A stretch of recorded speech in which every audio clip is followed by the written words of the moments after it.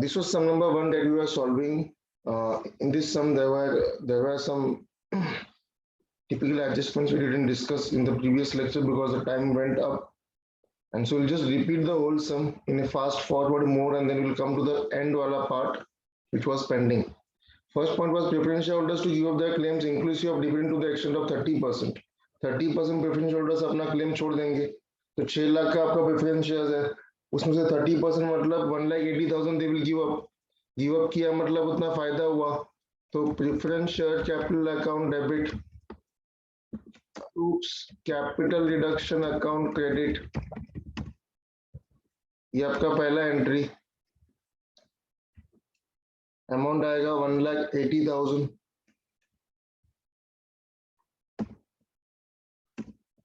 $6 lakh का 30%. Second entry arrears of dividend आपका 30% give up किया मतलब बाकी 70% तो पे करना है, तो उसका एंट्री आएगा. उसका एंट्री क्या आएगा? नुकसान है, CR account debit to bank account, payment करना पड़ेगा उसका. पे कर दो. कितना पे करना पड़ेगा सर? सर हमारा प्रेफरेंस शेयर है 6 लाख का. 6 लाख के प्रेफरेंस शेयर्स पे 8% डिविडेंड, जिसमें से हमको पे कितना करना है? सिर्फ 70% पे करना है सर. ओके, तो 6 लाख का 8% आएगा 48,000. उसका 70% कितना आ रहा है? 34,600 या 33,600 कितना आ रहा है बताओ? कितना आ रहा था? 48,000 में से 14,500 माइनस करो, 33,600 बराबर. तो कुछ रॉन्ग है तो बोलना मुझे. Second point, debenture holders agree to give up their claims to receive the interest in consideration of the rate of interest being enhanced to 10%. Debenture holders बोलता है कि हमारा जो इंटरेस्ट है वो माफ कर दो. हम माफ कर देते हैं आपको इंटरेस्ट 1,08,000. बदले में क्या करो? 9% डिबेंचर्स को 10% कर दो. पहले एक काम करते हैं, आउटस्टैंडिंग इंटरेस्ट ऑन डिबेंचर्स माफ कर देते हैं. आउटस्टैंडिंग इंटरेस्ट ऑन डिबेंचर्स माफ कर दिया sir, 1,08,000.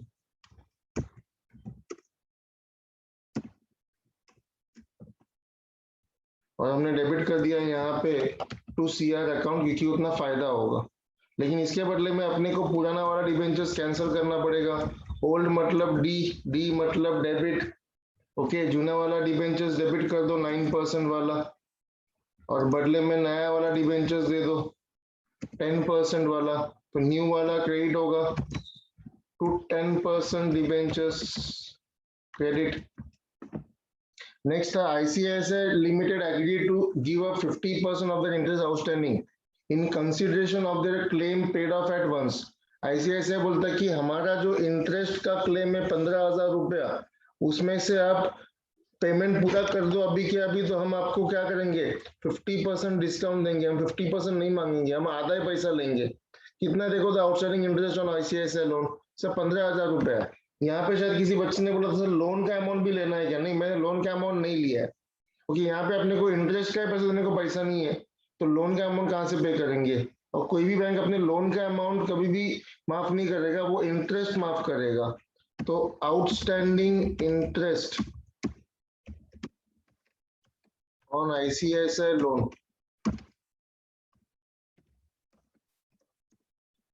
To capital reduction, amount आएगा 15,000 में से आधा 50%, 7,500. ठीक है सर, बढ़िया. नेक्स्ट क्या था उसके बाद? क्रेडिटर्स बोलता है कि 5% डिस्काउंट देगा, पेमेंट पूरा इमीडिएटली मिलेगा, तो कर दो पेमेंट. अपना क्रेडिटर्स था 69,000, debit the receiver, creditors account debit to capital reduction आएगा तुम्हारा 5% डिस्काउंट, बाकी का पेमेंट कर दो. ओके, अपना क्रेडिटर्स कितना है सर? 69,000 है. डिस्काउंट कितना देने का है सर? 5% मतलब 3,450, और पेमेंट कितना करना पड़ेगा? 65,550. बराबर, चेक कर लो. Balance of the P&L account goodwill and 25% of the debtors to be written off. Write off बोलेगा तो इमोशनल होने का, सीधा कैपिटल रिडक्शन अकाउंट क्या करने का? डेबिट करने का. क्या क्या राइट ऑफ करने का भाई बोलो? सर गुडविल राइट ऑफ करना है, कर दो. Sir profit and loss account क्योंकि फिक्टिशियस एसेट है वो भी राइट ऑफ करना है, हाँ कर लो। सर डेटर्स भी राइट ऑफ करना है लेकिन 25%। अपना डेटर से 1,20,000, उसमें से 25% मतलब 1/4 राइट ऑफ करना है, कर दो भाई। गुडविल कितना है? सर गुडविल है तुम्हारा 80,000। सर पीएनएल अकाउंट में है 4,28,000। और तीसरा डेटा से तुम्हारा 1,20,000 का 25%, दैट कम्स टू 30,000। तीनों का मिला के टोटल कितना हो रहा है चेक करो, 5,38,000 हो रहा है क्या? 5,38,000 हो रहा है क्या, चेक करो। Am I right? Any queries? आगे बढ़े। नेक्स्ट क्या था उसके बाद? Fix assets to be written down by 14,000। Fix assets को भी राइट डाउन करना है, कर दो भाई। CR account debit to fix asset account credit 14,000। उसके बाद क्या था सर? उसके बाद इन्वेस्टमेंट्स को आपको रीवैल्यू करना है मार्केट वैल्यू पे। इन्वेस्टमेंट्स का मार्केट वैल्यू कितना है सर? 55,000 है। अपना बैलेंस शीट में वैल्यू कितना दिख रहा है? बुक वैल्यू कितना है सर? 65 है। कितने का नुकसान होगा सर? 10,000 का नुकसान होगा अगर रीवैल्यूएशन करेंगे तो capital reduction account debit to investment account credit. बोलिए जनाब कितना लिखूं यहाँ पे? 10,000 लिखूं? ये सब हमारा हो गया है, मैं फिर से कर रहा हूँ। Cost of reconstruction is 3,350। ये अपना रिकंस्ट्रक्शन एक्सपेंसेस है भाई। सीआर अकाउंट डेबिट कर दो। CR account debit to bank account credit been reconstruction expenses paid. यहां तक हमने सम कर लिया है, यहां तक हमने सम कर लिया था। 9th पॉइंट था to the extent required equity shareholders suffer on reduction of their rights। मतलब हमको इक्विटी शेयर कैपिटल का जो पेड अप वैल्यू है ना वो कम करना है। आपका इक्विटी शेयर देखो 10 रुपीज पेड अप है, उसका हम लोग को रिड्यूस करना है। पहले मैं एंट्री पास कर लेता हूँ सर। एंट्री आएगा रिडक्शन का, equity share capital account debit to capital reduction account credit. Narration being equity share capital reduced as per scheme of internal reconstruction। अरे भाई लोग समझ में आ रहा है क्या क्या बोल रहा हूँ? कंस्ट्रक्शन का स्पेलिंग में गड़बड़ हो गया, ध्यान दो भाई। बोलो बोलो बोलो बोलो अभी क्या सर? इसका अमाउंट कैसे निकालने का सर? सर इसका अमाउंट कैसे निकालने का वही तो सीखना है भाई आज हमको। हमने इसके पहले के सब पॉइंट्स कर लिए थे। ओ बच्चा लोग गुड मॉर्निंग, जागो जागो भाई। आउजा भाई केम छो? अखिल भाई भाई क्या गायब हो गया? Yes sir. Good morning. Good morning sir. What is so good about this morning? सुबह सुबह लेक्चर में बिठा दिया हमको, पढ़ा जाओ इंटरनल रिकंस्ट्रक्शन। भाई क्या करना है पता है क्या? अभी ना अपने को एक अकाउंट बनाना है। जैसे अपने याद करो, आप डिसोल्यूशन ऑफ पार्टनरशिप हम कभी बचपन में पढ़ा होगा। डिसोल्यूशन ऑफ पार्टनरशिप हम कभी बचपन में पढ़ा होगा। हाँ भाई बचपन में ही पढ़ा होगा ना, जो बीत गया वो बचपन ही है सब। हाँ तो उसमें आपने एक अकाउंट बनाया था रियलाइजेशन अकाउंट, याद करो। आप आपने जब कभी डिसोल्यूशन ऑफ पार्टनरशिप फर्म या डिसोल्यूशन ऑफ फर्म किया होगा, at that time you might have made a account called as the अपना realization account. Sometimes it was also called as the revaluation account in case of admission or retirement or death of a partner। कुछ उसी तरीके से यहाँ पर बनेगा realisation account, नहीं बनेगा सर, यहाँ पर बनेगा एक account called as the internal reconstruction account ना। यहाँ पे हम लोग थोड़ा जगह छोड़ देंगे और एक आध दो एंट्रीज करना पड़ेगा अपने को। अब मैं जगह छोड़ देता हूँ यहाँ पर, मतलब इसको नीचे लेता हूँ अभी।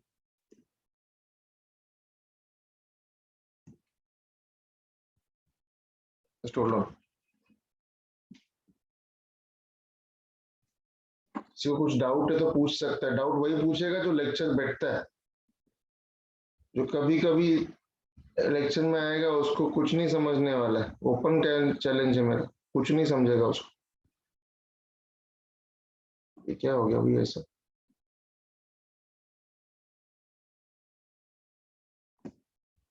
एक मिनट। हाँ ठीक,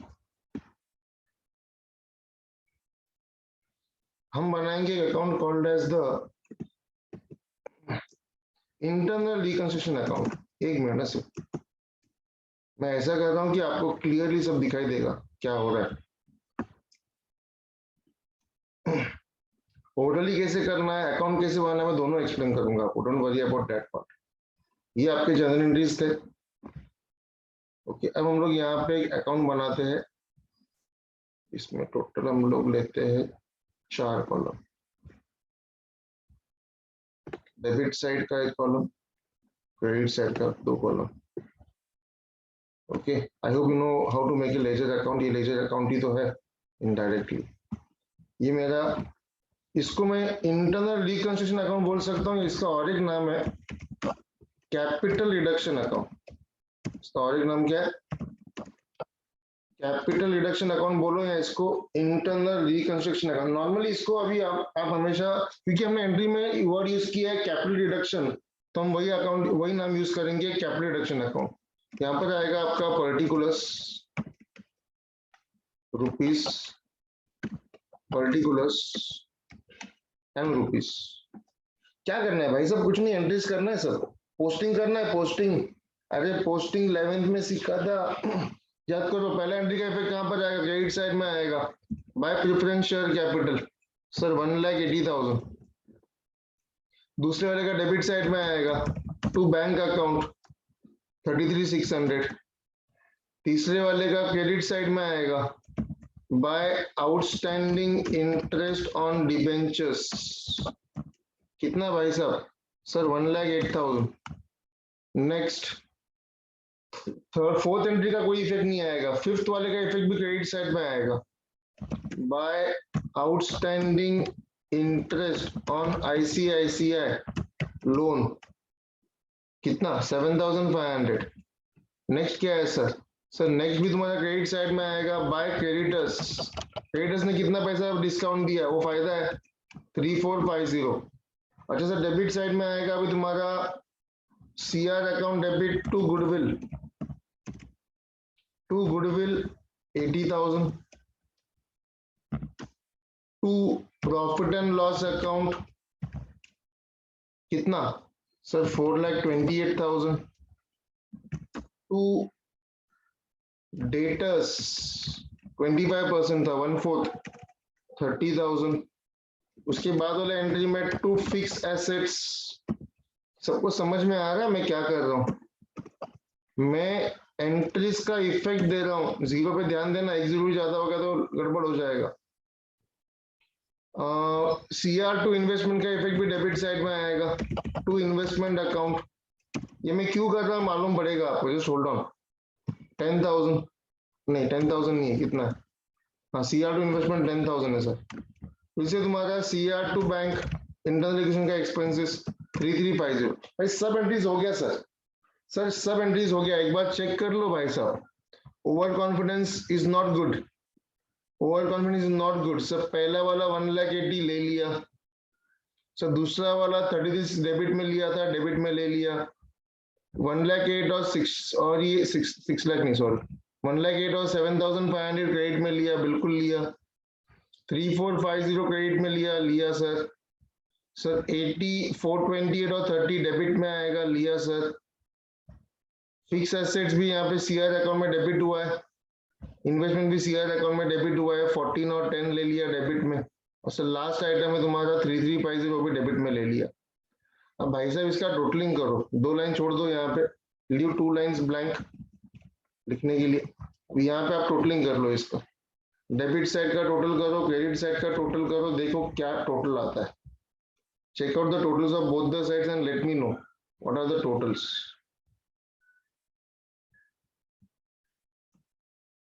What are the totals? Credit side में आएगा 1,80,000 2,88,000, 2,95,000, 2,98,000, 950 आ रहा है। ये साइड कितना आ रहा है चेक करो। ये तुम्हारा 5,38,000 plus 10, 5,48,000, 5,58,000, 5,62,000, 5,65,000, 5,65,000 plus 33, which is 6 lakh। कितना आ रहा है चेक करो। Tell me the totals from the debit side. अरे भाई टोटल बोलो।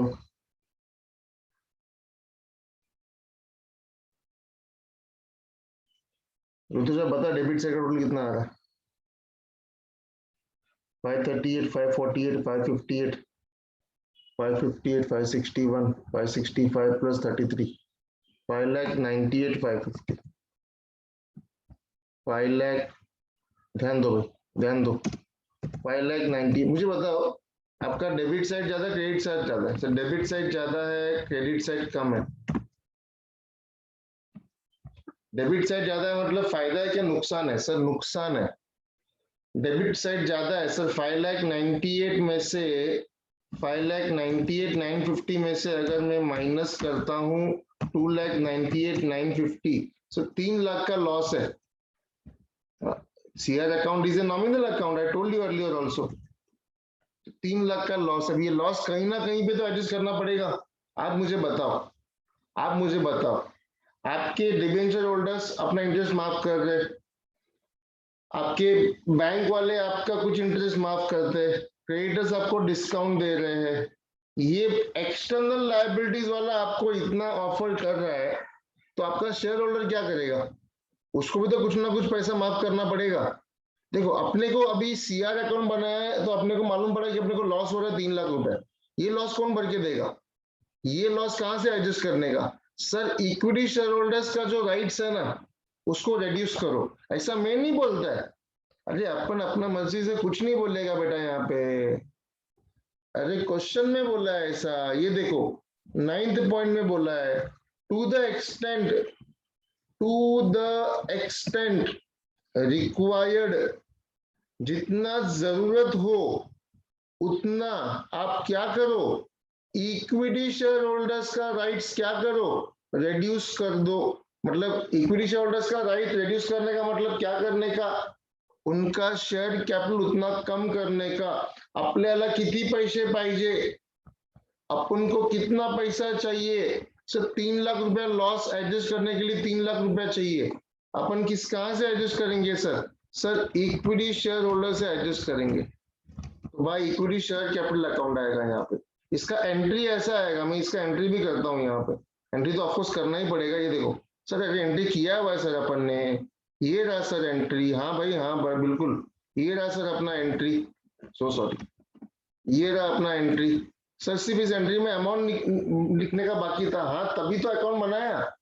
इक्विटी शेयर कैपिटल रिड्यूस करने का है, कितना रिड्यूस करने का वो अपने को पता नहीं था। अब हमको मालूम पड़ा कि वो रिड्यूस करने का है। हमने कितने से रिड्यूस किया इसको सर? 3 लाख रुपए से रिड्यूस कर दिया। कितने लोगों को डाउट है इसमें अभी भी? How many of you still have got doubt? Doubt उन्हीं को आएगा जो लास्ट लेक्चर बैठे थे। जो लास्ट लेक्चर बैठे थे उन्हीं को डाउट आएगा, उन्हीं को समझ में आएगा। बाकी लोग को समझ में नहीं आएगा, 100% नहीं समझेगा। हर्ष भाई कुछ गड़बड़ है क्या? देख ले भाई। हो गए सब पॉइंट्स? नहीं सर एक पॉइंट और बाकी है। अरे सर 10th वाला पॉइंट बाकी है ना? हाँ भाई वो पॉइंट तो खतरनाक है। अरे कुछ खतरनाक नहीं है, कॉमन सेंस यूज करो, कॉमन सेंस यूज करो, सब समझ में आएगा। कुछ भी डिफिकल्ट नहीं है, एकदम मेरे बाएं हाथ का खेल है ये। कॉमर्स के बच्चे को नहीं समझ में आएगा तो क्या फायदा जिंदगी में। क्वेश्चन में बोला गया है equity share holders bring in necessary cash against their partly paid up shares to leave a working capital of rupees 20,000। यहाँ पे वर्किंग कैपिटल का मतलब MA वाला मत लेना, फाइनेंस वाला वर्किंग कैपिटल मतलब यहाँ पे bank balance. Equity share holders इतना कैश लाएंगे उनके पार्टली पेड अप शेयर्स के अगेंस्ट जितना जरूरत हो, ताकि अपने को सब खर्चा करने के बाद भी 20,000 रुपीज कैश बचना चाहिए। ध्यान से सुनो, मुझे बताओ आपके बैलेंस शीट में कहीं पर भी बैंक बैलेंस है क्या? Do we have the bank balance anywhere in the balance sheet? No sir. तो भाई साहब पैसा कहाँ से पेमेंट करोगे? आपने इतना बड़ा बड़ा एंट्री पास कर लिया। हाँ, ये एंट्री पास किया, क्रेडिटर्स को 65,550 का पेमेंट किया, पैसा कहाँ से आया? पेमेंट कहाँ से किया? ओके, इसलिए हमको यहाँ पर क्या करना पड़ेगा? हमें यहाँ पर एक मिनट,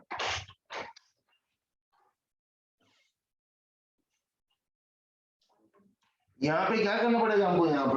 यहाँ पर हमें करना पड़ेगा एक छोटा सा वर्किंग नोट। हमको कैश इस तरीके से अरेंज करना है कि अपने पास बैंक में 20,000 रुपया बचना चाहिए। We should have a balance of 20,000 in the bank balance. आपको नहीं समझता है ना? काम करो, सीधा सीधा बैंक अकाउंट बना लो। ओके, मैं आपको पहले वर्किंग से एक्सप्लेन करता हूँ, नहीं समझ में आया तो मुझे बोलना, जिसको नहीं समझेगा मुझे बिंदास बोलो, फिर मैं आपको अकाउंट से एक्सप्लेन करूंगा। ऐसा कुछ बहुत डिफिकल्ट नहीं है। मुझे बताओ आपल्याला कैश किती पाहिजे? अपन को कैश कितना चाहिए? मुझे एंट्रीज देखो, एंट्री देखो भाई लोग, एंट्री देखो, एंट्री। सर अपने को पहला दूसरे वाले ट्रांजैक्शन में सर अपने को पेमेंट करना है 33,600। ओके, सेकेंड वाला एंट्री में अपने को एरियर्स ऑफ डिविडेंड पे करना है कितना sir? Sir arrears of dividend pay करना है अपने को 33,600। ठीक है, उसके बाद सर और एक एंट्री है क्रेडिटर्स वाला। अपने को क्रेडिटर्स को कितना पे करना है सर? सर क्रेडिटर्स को भी पे करना है 65,550। हाँ जी, और कहाँ पे पैसा चाहिए सर अपने को? सर एक अपने को रिकंस्ट्रक्शन एक्सपेंसेस, इसके लिए अपने को चाहिए 3350। इसे सुनो एक बार, बच्चा लोग एकदम सिंपल, कॉमर्स के बच्चे को नहीं समझ में आया तो मेरे हिसाब से उसको पढ़ाई छोड़ देना चाहिए। अपने को चाहिए पेमेंट करने के लिए कितना पैसा चाहिए? अपने को पेमेंट करने के लिए सर यहाँ पे चाहिए 33,600। भाई साहब ये वाले ट्रांजैक्शन में यहाँ पे 2 बैंक लिखा है, वहां पे चाहिए 3600। ओके, यहाँ पे चाहिए 65,550 और सर यहाँ पर चाहिए 3000। अच्छा, अपने पास पैसा कहीं से आया क्या? ढूंढो ना ऊपर, कहीं पे बैंक अकाउंट डेबिट हुआ है क्या? पैसा आया क्या अपने पास? This is the cash required. Okay, this is the cash required. इसके अलावा अपने को मिनिमम बैंक बैलेंस कितना मेंटेन करना है? अपने को वर्किंग कैपिटल कितना चाहिए? ओके, अपने को बिजनेस चलाने के लिए कितना कैश चाहिए? ऊपर दिया था ना, कितना था वो? 20,000 था क्या 25,000 था? 20,000 था। हाँ 20,000 था 10th वाला पॉइंट में। Equity shareholders bring in necessary cash against their partly paid shares to leave working capital of 20,000। Equity shareholders exactly उतना ही पैसा लाते हैं कि अपने बैंक अकाउंट में 20,000 रुपया बचेगा। आप मुझे बताओ, तुमको खर्चा करना है 33,600 प्लस 65,550 प्लस 3350 उस, और 20,000 रुपया आपको बैंक बैलेंस मेंटेन करना है, तो अपने को टोटल कैश कितना चाहिए? बोला बोलो भाई और बहनों, जल्दी जल्दी जल्दी। 98 1 लाख 2 1 लाख 22 समथिंग आ रहा है क्या? हाँ 1,22,700 चाहिए सर अपने को। अपन को चाहिए पैसा, कितना पैसा चाहिए सर? 1,22,700 चाहिए सर। कोनो दिक्कत नहीं, अभी अरेंज कर लेंगे। ये पैसा कौन लेके आएगा? लेस, मुझे बताओ अपने पास कैश अवेलेबल है क्या कुछ? अपने पास कैश अवेलेबल है क्या कुछ?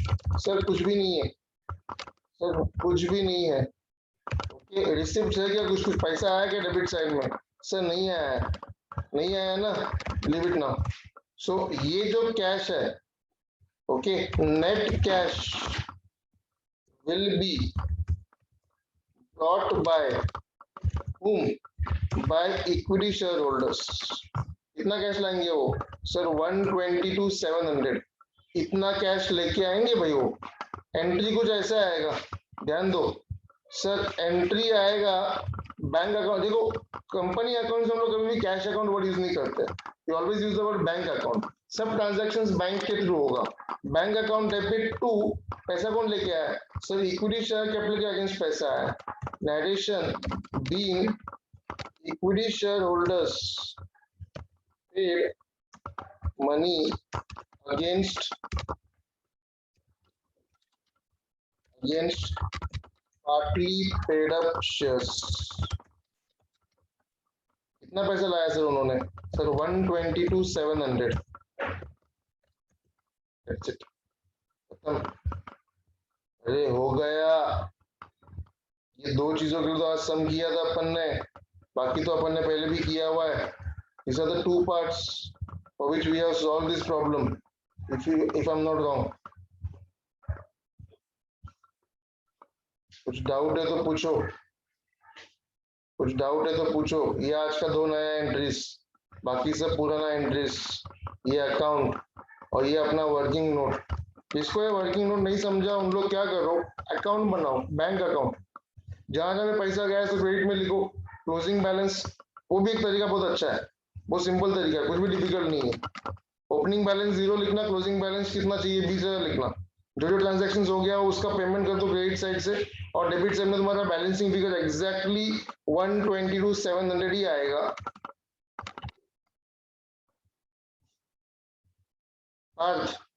Partha has a doubt in the last वाला एंट्री। बेटा लास्ट वाला एंट्री में क्या हुआ?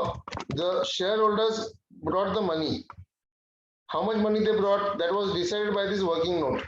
ये वर्किंग नोट से अपने को मालूम पड़ा उन्होंने कितना पैसा लाया, 122,700। If you look at the question, अपना जो इक्विटी शेयर्स था वो 10 रुपया पेड अप था बेटा। ये 10 रुपया पेड अप तेरा इक्विटी शेयर्स था। तूने क्या किया, पहले तो इस 10 रुपया पेड अप वाले इक्विटी शेयर्स में 20 रुपए का इक्विटी शेयर है, फेस वैल्यू 20 रुपए है, बट तूने उसको 10 रुपया पेड अप है, तूने उसमें से 3 रुपया ऑलरेडी कम किया, रिडक्शन। ओके, ये तेरा 3 लाख रुपया कम हुआ, मतलब पर शेयर 3 रुपया कम हो गया, तो तेरा इक्विटी शेयर अभी 7 रुपए का हो गया। उन्हीं से तूने पैसा मांगा, हर एक से तूने कितना पैसा लिया? 12.27 रुपीज लिया तूने। ओके, 10,000 शेयर्स के ऊपर तूने 12.27 रुपीज हर एक से लिया, तब जाके वो पैसा आया, और ये पैसा इक्विटी शेयर होल्डर्स ने पे किया अपने पार्टली पेड शेयर कैपिटल के अगेंस्ट। तो बैंक अकाउंट डेबिट, ये नया एंट्री है, हमने पहले कभी नहीं किया है। अरे भाई तुमने इश्यू ऑफ शेयर्स वाला एक टॉपिक किया होगा, उसका एंट्री है, नया शेयर इश्यू नहीं किया हमने। आपको मांगता था 2 एंट्री पास करो फिर अलग से। शेयर फाइनल अपना, share first call to equity share capital, second entry में bank to share first call. जरूरत नहीं 2 एंट्री पास करने का, एक एंट्री से काम बन रहा है तो एक एंट्री से काम चलाओ। चलो अकाउंट बनाओ, वर्किंग करो, ये लास्ट का 2 एंट्रीज कर लो। इतने के लिए आज हमने सम किया, इतना कर लो, उसके बाद आगे बात करते हैं। I'll wait for 10 minutes, maybe 15 minutes also। बोलना सर। मेरा डाउट एक्चुअली ये नहीं था, मेरा डाउट एक्चुअली ये है कि ये जो अपने पास बैलेंस शीट में मतलब पहले से कोई बैंक बैलेंस तो था नहीं, हाँ राइट? और तो फिर ये अपन ने पेमेंट पहले कैसे किया होगा? लाइक जो क्रेडिटर्स है उसको बैंक से पेमेंट कर दिया, creditors to capital reduction to bank account, फिर यहाँ पे capital reduction to bank account, exactly. और ये लास्ट में फिर ये पैसा आ रहा है 1,22,700। तो ये तो नहीं सकता ना। परफेक्ट है, परफेक्ट डाउट है। आहूजा साहब बताओ ये कैसे मुमकिन होगा? Yes, got it. Doubt is a perfectly valid doubt. कौन बताएगा? चलो बताओ। एग्जैक्टली। अरे बेटा क्या करता हूँ क्या, नॉर्मली पैसा तो आते जाते रहेगा, रजिस्ट्रेशन में टाइम लगता है, इट्स अ लेंथी प्रोसेस। ये सब पेमेंट्स रियल लाइफ में all this will take may be near about 3 to 4 months minimum, और may be even 1 year। It's a lengthy, it's a complicated process. Okay, creditors में multiple लोग होंगे, मेरे को अखिल को कुछ पैसा देने का है, मुझे देवयानी को कुछ पैसा देने का है, मुझे हर्षदा को कुछ पैसा देने का है, विद्युत से कुछ पैसा लेने का है। देयर आर मल्टीपल पीपल, तो इन सबसे नेगोशिएट करते करते बहुत लंबा टाइम जाता है पैसा आने में और पैसा जाने में। तो normally companies will always have a bank overdraft facility arrange for such A case. Anyways in short I will say कि जब कभी ये डाउट आएगा तो ऐसा सोचना कि भाई बैंक कंपनी वालों ने बैंक ओवरड्राफ्ट फैसिलिटी अरेंज कर लिया होगा, पहले पेमेंट कर दिया, बाद में कैश आया तो बाद में कैश भर दिया। सिंपल सा लॉजिक। सर तो फिर मतलब बैंक ओडी का ऐसा कोई एंट्री करना पड़ेगा?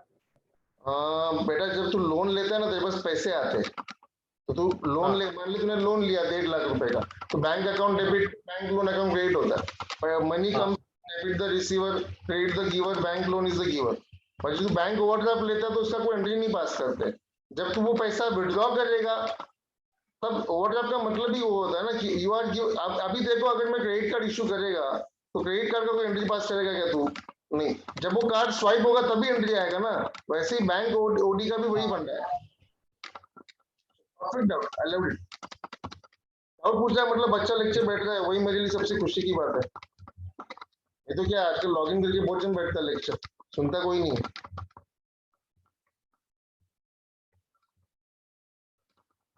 हसन भाई है क्या तू? टोटल चेंज करो यहाँ पे अभी। यहाँ पे तुम्हारा बाद में 5,98,000 हो जाएगा ये इधर का। should be 5,98,000, make it 5,98,000 later on। मैं नहीं करता हूँ चेंज, छोड़ना फास्ट।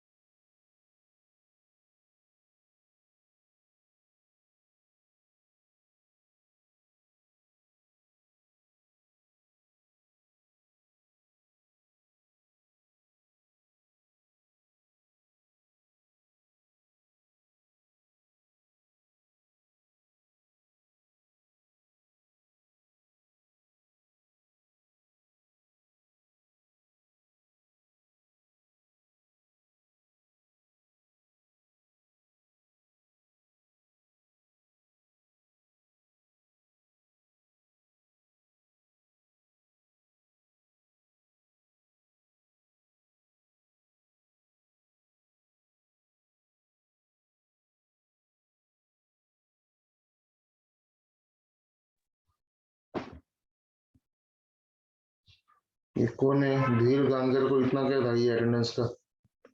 सम सॉल्व नहीं किया, पहले अटेंडेंस दे रहा है। इतना ही जल्दी तो अटेंडेंस देख के निकल जाते हो स्टार्टिंग में लेक्चर के, चलता था मुझे कोई दिक्कत नहीं।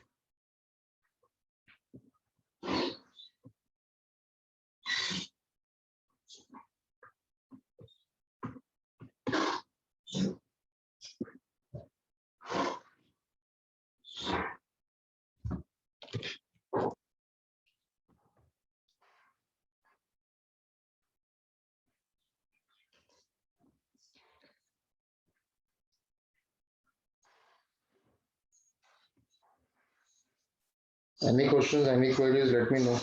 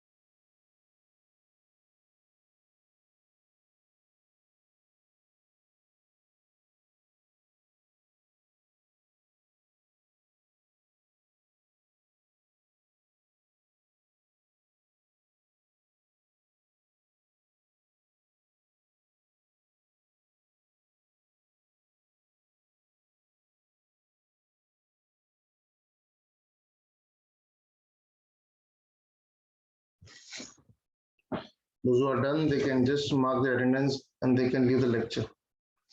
Not an issue at all. So, bye bye. Take care. Have a good time.